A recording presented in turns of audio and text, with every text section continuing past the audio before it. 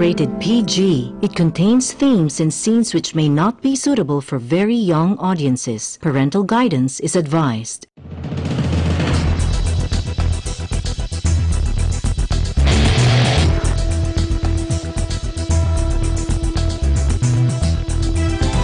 We're working to connect a region of over 600 more bridges between our lands.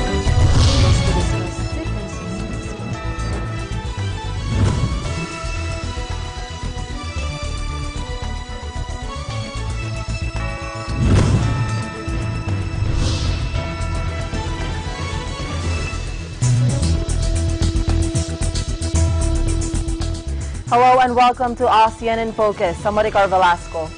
Delivering to you the latest news in and around the ASEAN region, I'm Mariel Soriano. On today's headlines, hundreds of Philippine rescuers used shovels and their bare hands Tuesday to sift through a massive landslide where dozens are feared dead in the region worst hit by deadly Typhoon Mangkhut as the storm's toll hit 74. 7 Vietnamese have died and 5 are in a coma after taking drugs at an electronic dance music festival in Hanoi. Officials said Monday as authorities scrambled to trace the substance. A British caver who helped in the dramatic rescue of 12 boys trapped in Thailand earlier this year sued Tesla founder Elon Musk on Monday for calling him a, quote, pedo guy and a child rapist.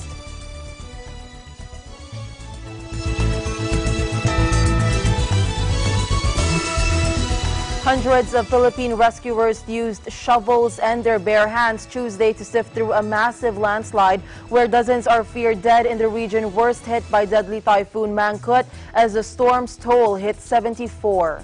The storm's 2018's most powerful smashed homes and flooded key agricultural regions in the northern Philippines before battering Hong Kong and southern China with fierce winds and heavy rain. Hong Kong was still struggling to get back on its feet on Tuesday with a massive cleanup operation to clear broken trees, repair torn-up roads, and fix damaged power lines. The violent typhoon killed 4 in China's southern province of Guangdong, and the toll climbed on Tuesday to 74 on the Philippines' northern Luzon island, according to police, with that number expected to rise. Up to 40 people are still feared buried in the landslide in Itogon. It was unleashed Saturday as the typhoon stalled over the area. The typhoon dumped a month's worth of rain in a matter of just hours. Local Mayor Victorio Palangdan said the rescue effort will continue until the president orders them to stop. Because the slide destroyed roads, authorities have been unable to bring heavy equipment into the area to accelerate the search. As a result of this, the teams were using human chains to extract debris. The area was primed for disaster before Mangkhut hit, as it came on the heels of nearly a month of continuous monsoon rains that left the already hazardous area soggy and dangerously loose. Almost all the storm's victims were killed in dozens of landslides unleashed along the Cordillera mountain range, a key gold mining area. Department of Environment and Natural Resources or DNR Secretary Roy Cimatu on Monday ordered the suspension of all small-scale mining operations in the Cordillera Autonomous Region or CAR following a landslide that killed 34 people in a mining site in Itogon, Benguet Province. Cimatu's order comes after at least 30 people died after getting buried by landslides inside a mining bunkhouse owned by Benguet Corporation in the middle of landslides. Meanwhile, Mayor Victorio Palangdan of Itogon Town in Benguet Province, among the worst hit by the typhoon that struck Saturday, said at a news conference that of the 40 to 50 people thought buried, there's a 99% chance that they really are all dead. He said the affected mining site has also been closed, but the corporation still allowed small-scale miners to operate. In order to prevent such tragedies, going forward, Secretary Cimatu said the government would deploy soldiers and police to stop illegal mining in 6 mountainous northern provinces, including Benguet. So, In view of this current situation in the Cordilleras, to prevent further danger to the lives of our small-scale miners, I officially order cease and desist of all illegal small-scale mining operations in the whole of Cordillera Administrative Region. At present, there are existing applications for Minahang Bayan in some areas of the region. While we await for the approval and proclamation of these applications, we ask our small-scale miners to cooperate and stop all small-scale mining activities here. The DNR will be sending men from the Armed Forces of the Philippines and the Philippine National Police to effect the stoppage of all mining activities, especially here in Togon.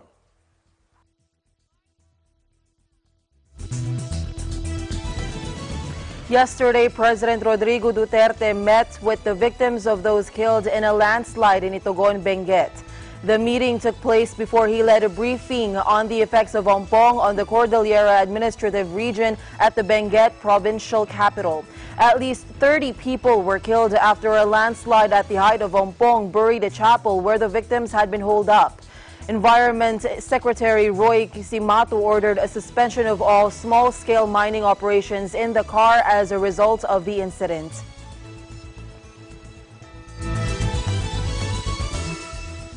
The Japanese government is ready to provide maximum possible assistance to the Philippines, particularly northern Luzon, which was the hardest hit by Typhoon Ompong, with international name Mangkhut. Through Department of Foreign Affairs Secretary Alan Peter Cayetano, Japan Minister of Foreign Affairs Tara Kono sent Japan's thoughts to the Philippines. The government of Japan stands with the government of the Philippines and its people and is ready to provide the maximum possible assistance to the Philippines, he said in a statement. My deepest condolences are with the bereaved and I sincerely pray for the speedy recovery of the affected people as well as the prompt restoration of the affected areas, he added. The international community has expressed support in providing aid to the Philippine government after Ompong severely damaged agriculture, infrastructure, and property, aside from displacing hundreds of thousands of residents in northern Luzon due to flooding and landslides. Earlier, the United States, in coordination with the United Nations World Food Program, has committed logistics support by providing 1,000 metric tons of rice to northern Luzon. Australia will also provide the Philippines humanitarian supplies for the emergency response, including sleeping mats, blankets, hygiene and shelter kits for up to 25,000 people in the most affected areas, which will be distributed by the Philippine Red Cross. Meanwhile, the European Union, the Association of Southeast Asian Nations, or ASEAN, and China has also offered aid.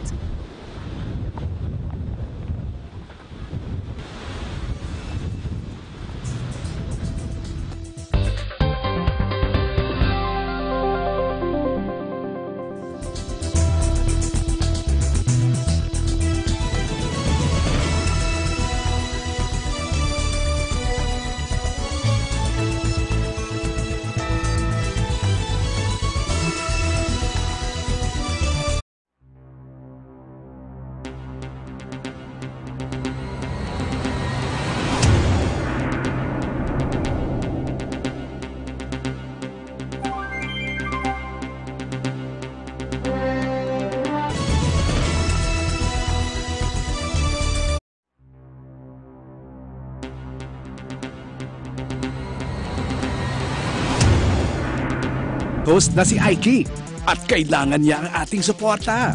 Iboto ang dalawa niyang entry para makapasok sa top 10 ng PhilPop 2018. Ang Oka, interpreted by Tyro Alfaro and Aiki himself. To vote, just text VOTE, space, NK22 and send it to 8933. At ang promissory note, interpreted by Yumi Laksamana.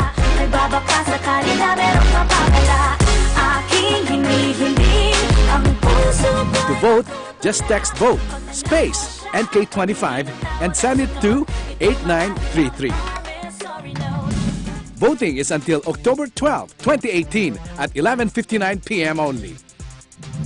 Vote now at ating iparamdam ang hashtag Pinoy Music Power.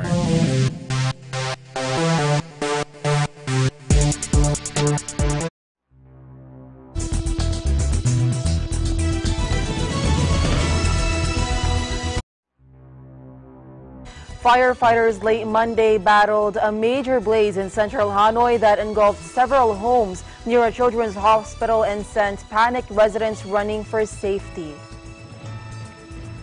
There were no deaths or injuries reported hours after the fire started in a crowded part of the Vietnamese capital. However, a huge plume of smoke could be seen from several kilometers away. Patients were wheeled out of a nearby children's hospital, which was not on fire, as much of the area's electricity was shut off. A police officer said they were not yet able to confirm any casualties as they battled the inferno. Big blazes are relatively common in Vietnam, where fire prevention and firefighting services remain underdeveloped. 13 people were killed in an apartment complex fire in Ho Chi Minh City in March after the high-rise was engulfed in flames overnight, trapping many inside their apartments. That was Vietnam's deadliest fire since 2016, when a blaze in a karaoke bar in Hanoi left 13 people dead, mostly government workers who died in the club's soundproof chambers. 7 Vietnamese have died and 5 are in a coma after taking drugs at an electronic dance music festival in Hanoi, officials said Monday. As authorities scrambled to trace the substance, the Sunday night disaster, believed to be the deadliest drug-related incident in the country, shocked the communist nation's conservative capital. Synthetic drug use is on the rise, but remains largely underground among a relatively niche group of hard-partying youth.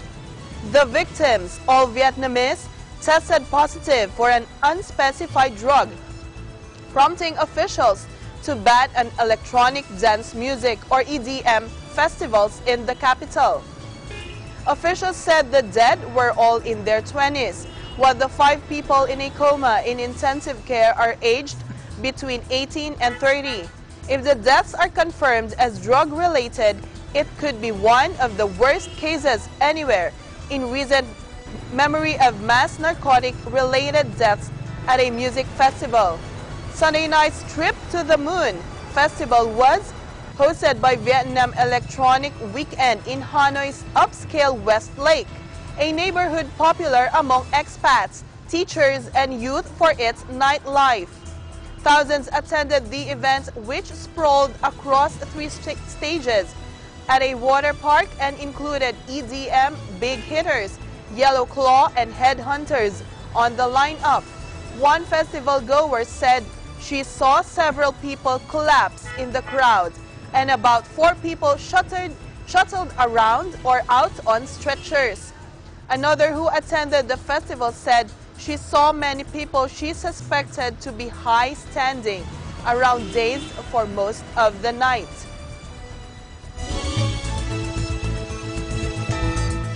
A British caver who helped in the dramatic rescue of 12 boys trapped in Thailand earlier this year sued Tesla founder Elon Musk on Monday for calling him a, quote, pedo guy and a, quote, child rapist. The defamation suit filed in Los Angeles by Vernon Unsworth of Britain, involved in several cave rescues, follows a highly public spat between the two after Musk traveled to Thailand and offered to assist in rescue efforts.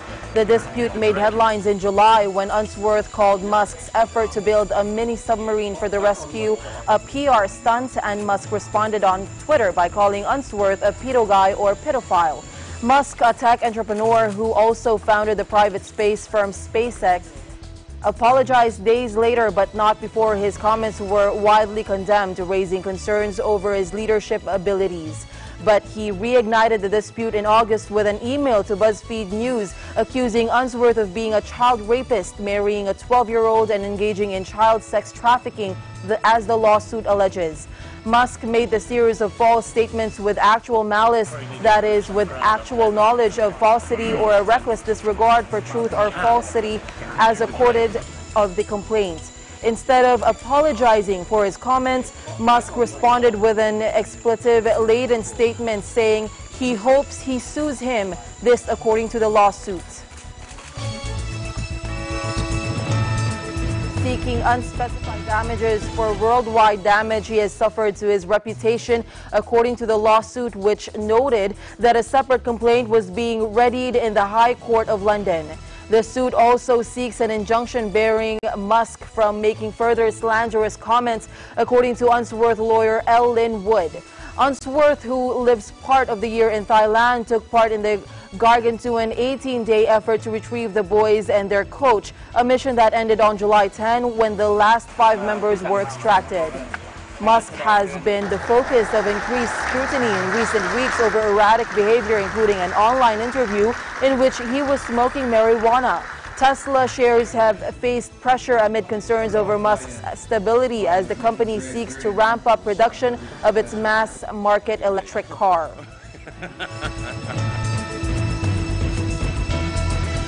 Russia's defense ministry says it is releasing fresh information to back its claim that the missile that downed a Malaysia Airlines flight over war-torn Ukraine in 2014 was fired by Kiev's forces.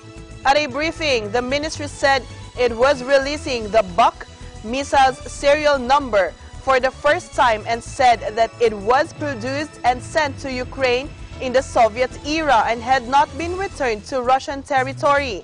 Russia had denied any responsibility for the shooting down of the plane and has presented a number of theories pointing to the finger at Kiev.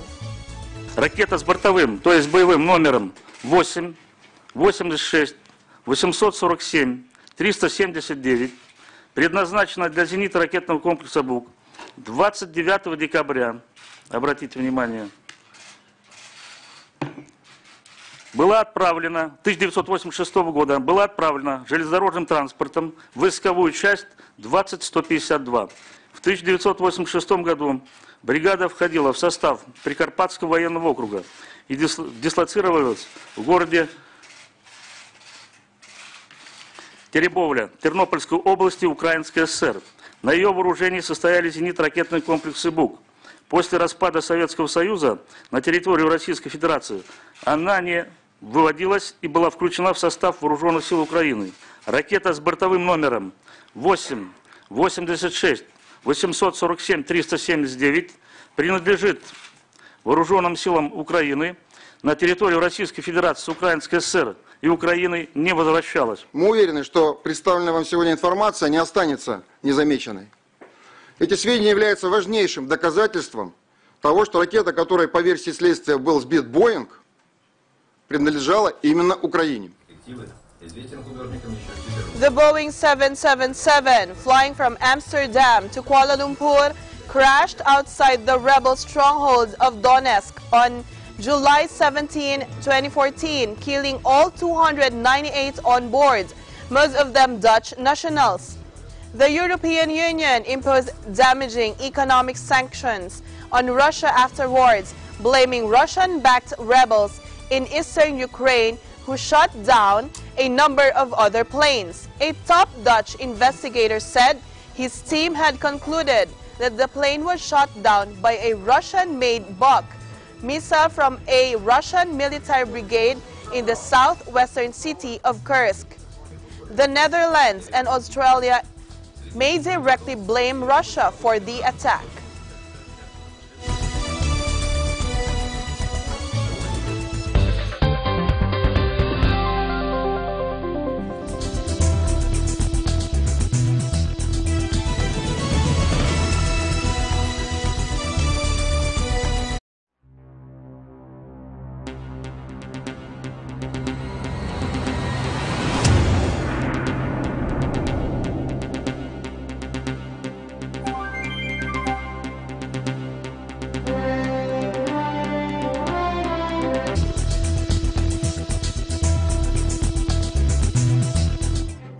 Events happen around us all the time, in our community, in our country, around the world. Events that affect people, move communities, or simply inspire us. Interesting events that people need to know. In these interesting times, we continue to be a competent partner in delivering news about these events. Fast, accurate, balanced. Eagle News, because we live in interesting times.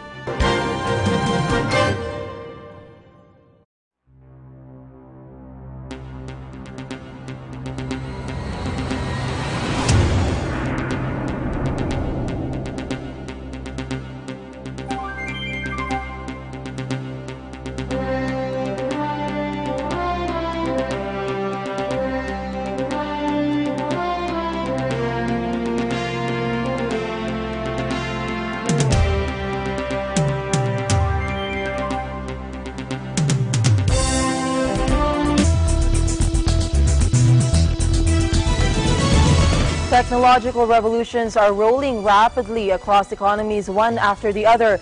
Digitization followed by automation, and now increasingly the use of artificial intelligence. Globally, about half the activities people are paid to do have the potential to be automated using current demonstrated technology. This according to an analysis by McKinsey Global Institute of more than 2,000 work activities across 800 occupations.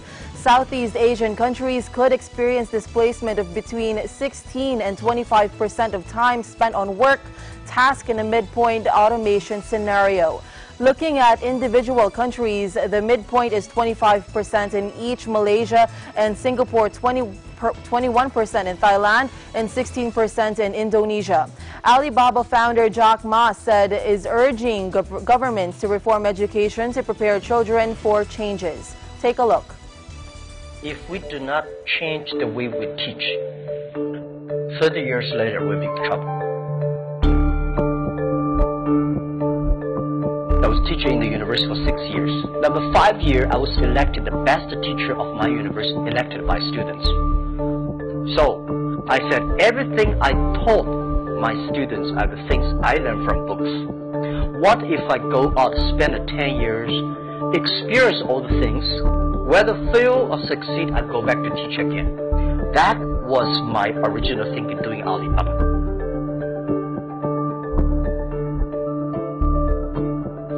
The things we teach our kids are the things the past 200 years is knowledge-based.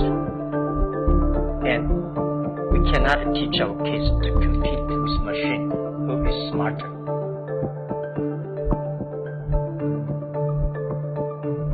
Value, believing, independent thinking, teamwork, care for others. These are the soft parts. The knowledge may not teach you that. That's why I think we should teach our kids on sports, the music,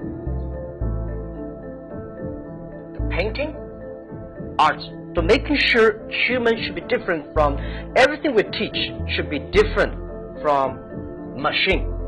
If the machine can do better, you have to think about it.